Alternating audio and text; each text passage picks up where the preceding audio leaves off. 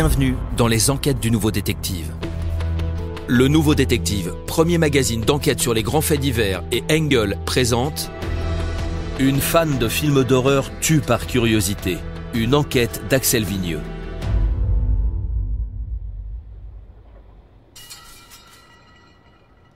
Pas un chat dans les rues. Il est 3h du matin à Busan, sur la côte sud-coréenne, ce 27 mai 2023. Le taxi se gare et jette un œil vers sa cliente qui patiente sur le trottoir. Toute menue sous sa veste beige, elle traîne derrière elle une grosse valise à roulettes. La jeune femme ouvre la portière et s'installe sur la banquette arrière avec toutes les peines pour hisser son bagage. Elle semble bien lourde, cette valise, remarque le chauffeur. Et en plus, on voit de grosses taches sombres sur sa surface. À travers la toile, suinte un liquide sombre et poisseux. La jeune femme demande à être conduite à l'ouest de la ville, dans une zone peu fréquentée en bordure d'un parc et d'un lac. Durant tout le trajet, elle ne décroche pas un mot. Son visage est opaque, comme gelé. Le taxi la dépose à l'endroit prévu. Elle claque la portière et s'en va tout droit vers les sous-bois, dans l'obscurité la plus totale, sa valise toujours derrière elle. Alors qu'elle disparaît parmi les arbres, le chauffeur saisit son téléphone et compose le numéro d'urgence. Police secteur B, quel est l'objet de votre appel? Oui, je m'appelle Wang Jingmin, je suis chauffeur de taxi à Busan. Ok, je vous écoute. Écoutez, je viens de déposer une jeune femme au niveau du parc Choepdong. Peut-être que je vous appelle pour rien, mais j'ai trouvé son attitude assez étrange. D'accord, mais encore? Eh bien, déjà déposer une jeune femme seule à 3h du matin aux abords d'un parc désert, c'est pas banal.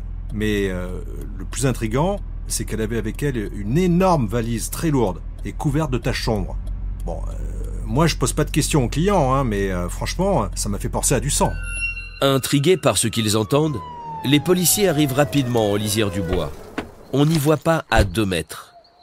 Munis de lampes torches, ils s'engagent sous les frondaisons et balayent les ténèbres de leurs faisceaux, scrutant chaque fourré. Hey Namjoon, viens voir par là, il y a quelque chose. Putain, mais c'est la valise dont a parlé le chauffeur de taxi. Regarde les taches. C'est du sang, y a pas de doute. Bon allez viens, faut l'ouvrir là, faut absolument voir ce qu'il y a dedans. Après avoir mis des gants, ils ouvrent avec précaution. Putain, c'est immonde. C'est un corps. Enfin, ce qu'il en reste. J'appelle le central. Agent Kim, en intervention au parc Choepdong.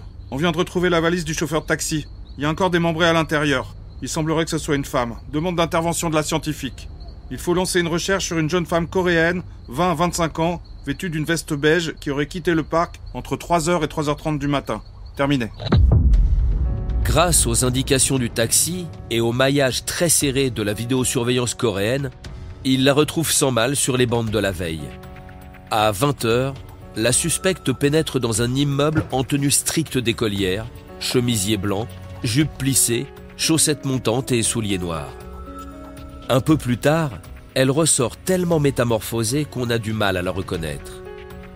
Cette fois, on dirait une dame plus âgée, avec une veste boutonnée, une jupe noire au-dessous du genou, des sandales et des lunettes. Un masque chirurgical lui barre le visage. C'est dans cette tenue qu'elle va chercher la fameuse valise, encore propre, à une autre adresse, sans doute son domicile. Sur le chemin du retour, elle en profite pour faire quelques courses. De gros sacs poubelles, de l'eau de javel et d'énormes couteaux. Puis elle revient à son point de départ avec ses paquets et sa valise. Les flics foncent sur place et investissent le bâtiment. Ils trouvent facilement l'appartement qu'ils cherchent à l'odeur de chlore.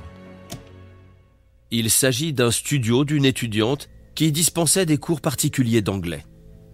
Le sol et les murs ont été récurés à grandes eaux. Tout est propre, trop propre.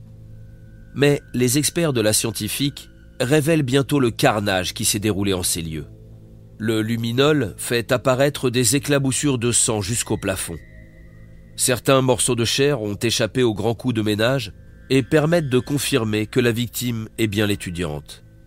Reste à comprendre ce qui a bien pu se passer. À 6h du matin, les policiers déboulent à l'adresse où la suspecte est venue chercher sa valise. Ils frappent, elle est là, ils l'embarquent aussitôt au poste. La fille s'appelle Jung Yo-jung. Elle a 23 ans. Antisociale, elle n'a aucun ami et peu de famille. Au chômage depuis 5 ans, elle mène l'existence d'un fantôme solitaire.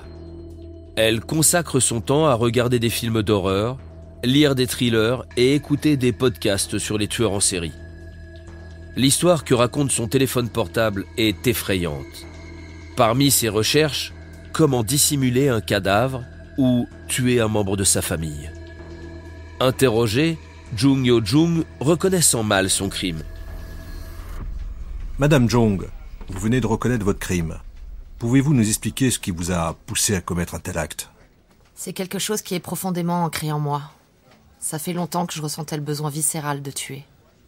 Mais pourquoi cette étudiante? Quels étaient vos rapports avec elle? Je ne la connaissais pas plus que ça. La seule chose que je savais d'elle, c'est qu'elle enseignait l'anglais. Et j'ai toujours détesté cette langue. Et comment l'avez-vous rencontrée? Je me suis inscrite sur un site de cours à domicile. Au début, je me suis fait passer pour la mère d'une collégienne. J'en ai contacté 54, mais finalement c'est elle que j'ai retenue.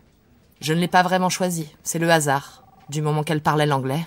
Donc, si je comprends bien, son seul crime était d'enseigner l'anglais?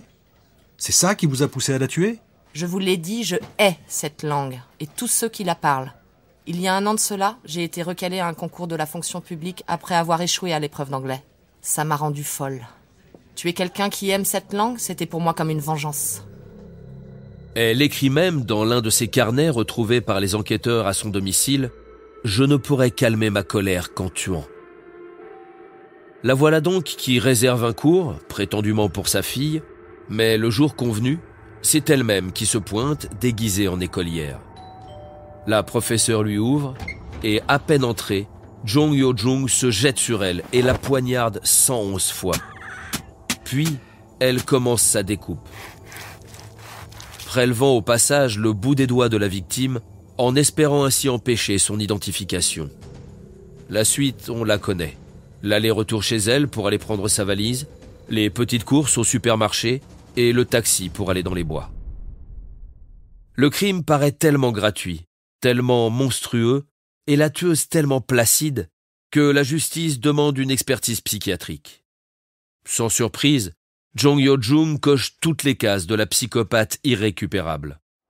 Une sorte de Dexter au féminin confirmé par les experts lors du procès.